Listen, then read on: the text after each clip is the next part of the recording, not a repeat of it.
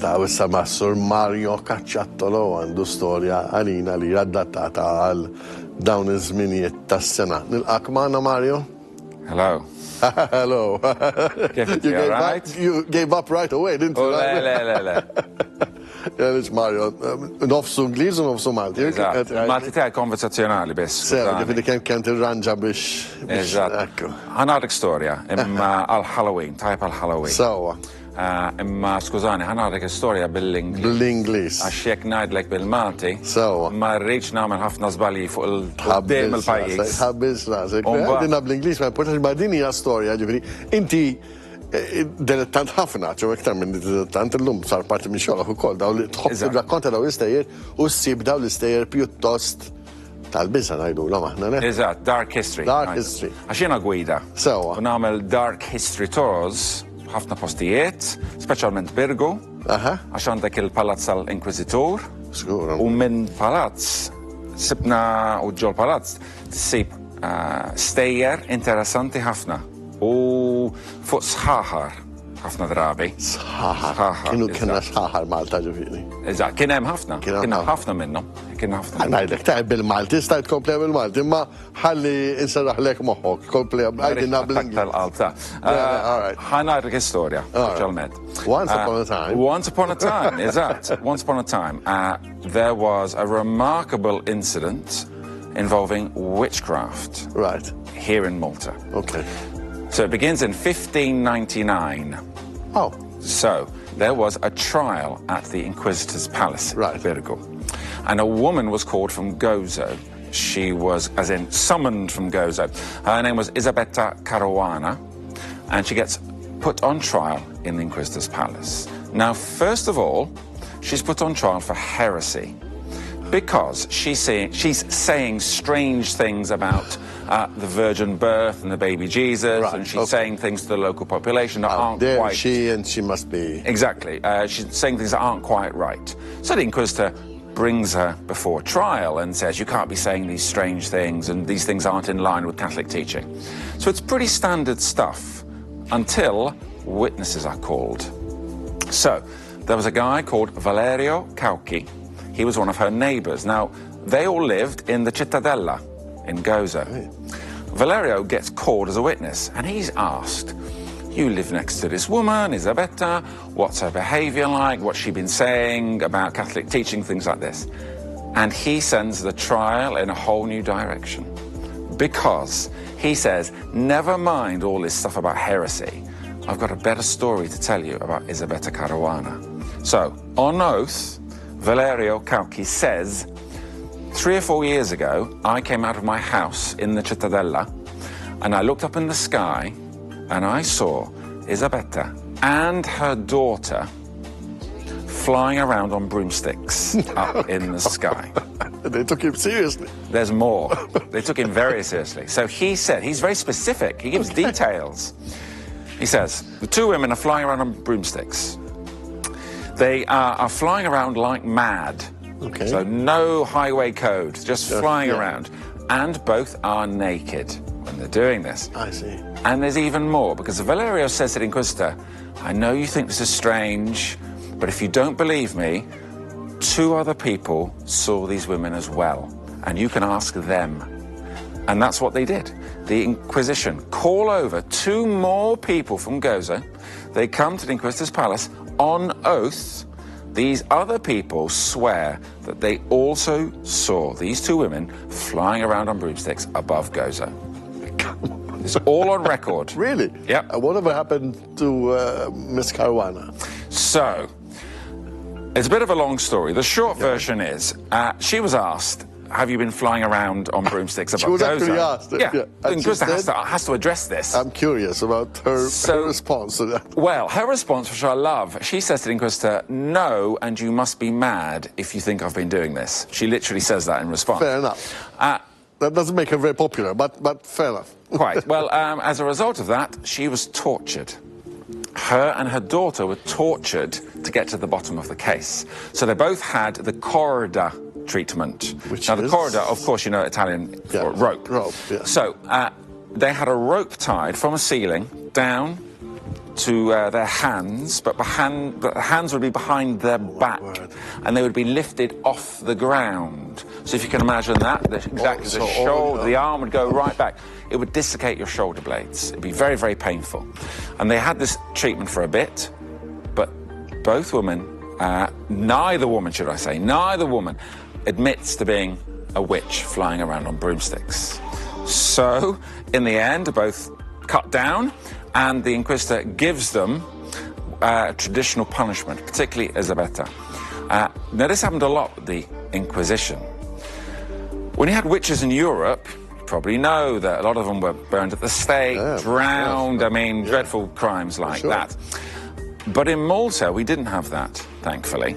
The Inquisition was all about bringing people back into the Catholic Church. I see. Getting them to be good Catholics once again. Convert them somehow. Exactly. Well, stop messing about with witchcraft. Come back to the Mother Church and be a good Catholic once again. So, Elisabetta was given several Catholic punishments.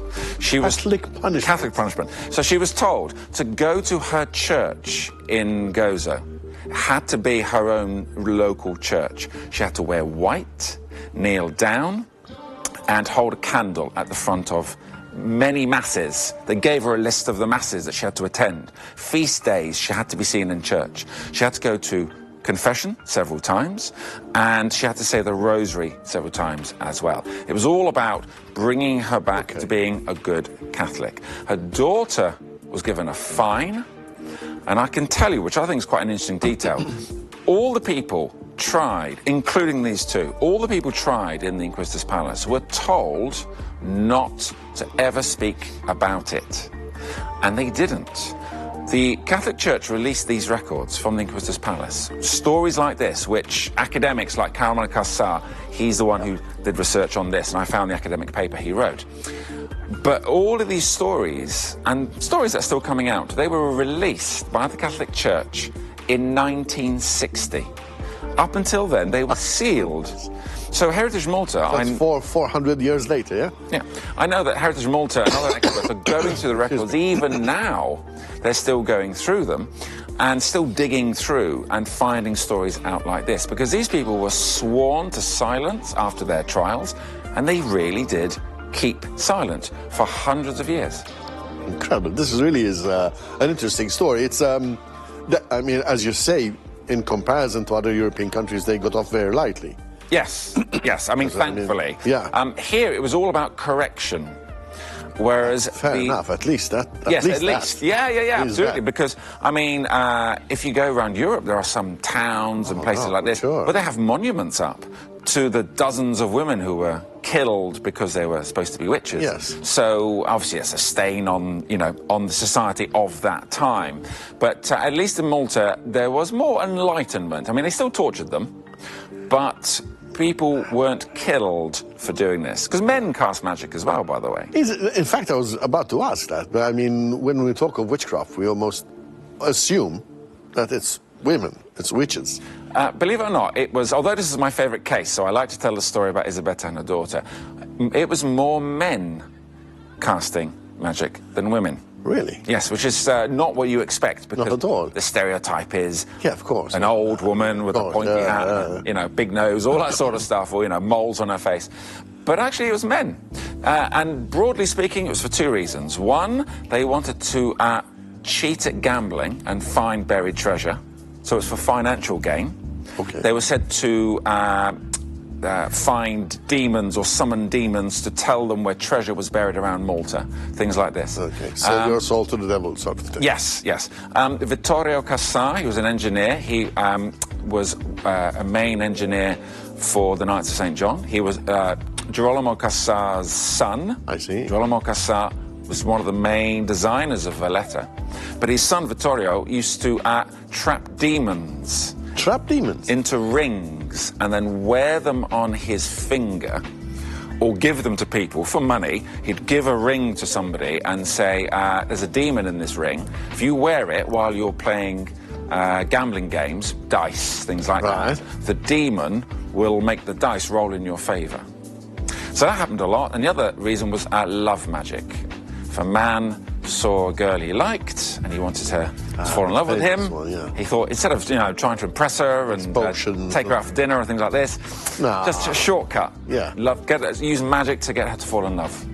Did these things work at all? So the funny thing is, we don't often have a record of it working.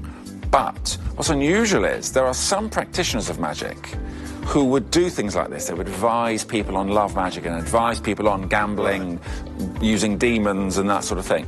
And here's the funny thing, they got repeat business. There you go. So there must be some form of, maybe purely by coincidence, but some form I hope by coincidence. but yeah, the interesting thing is when you look into it, it's not a case of somebody doing this a couple of times and then, failing.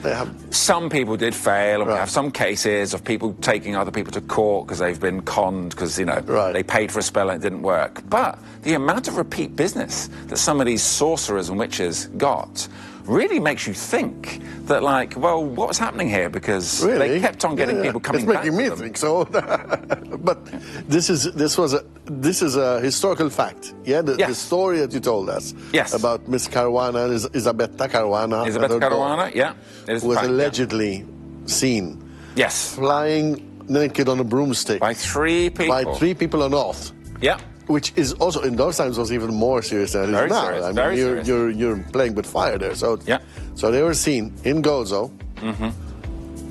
flying around without any form of navigation, just flying around, and they were seen by 3 people.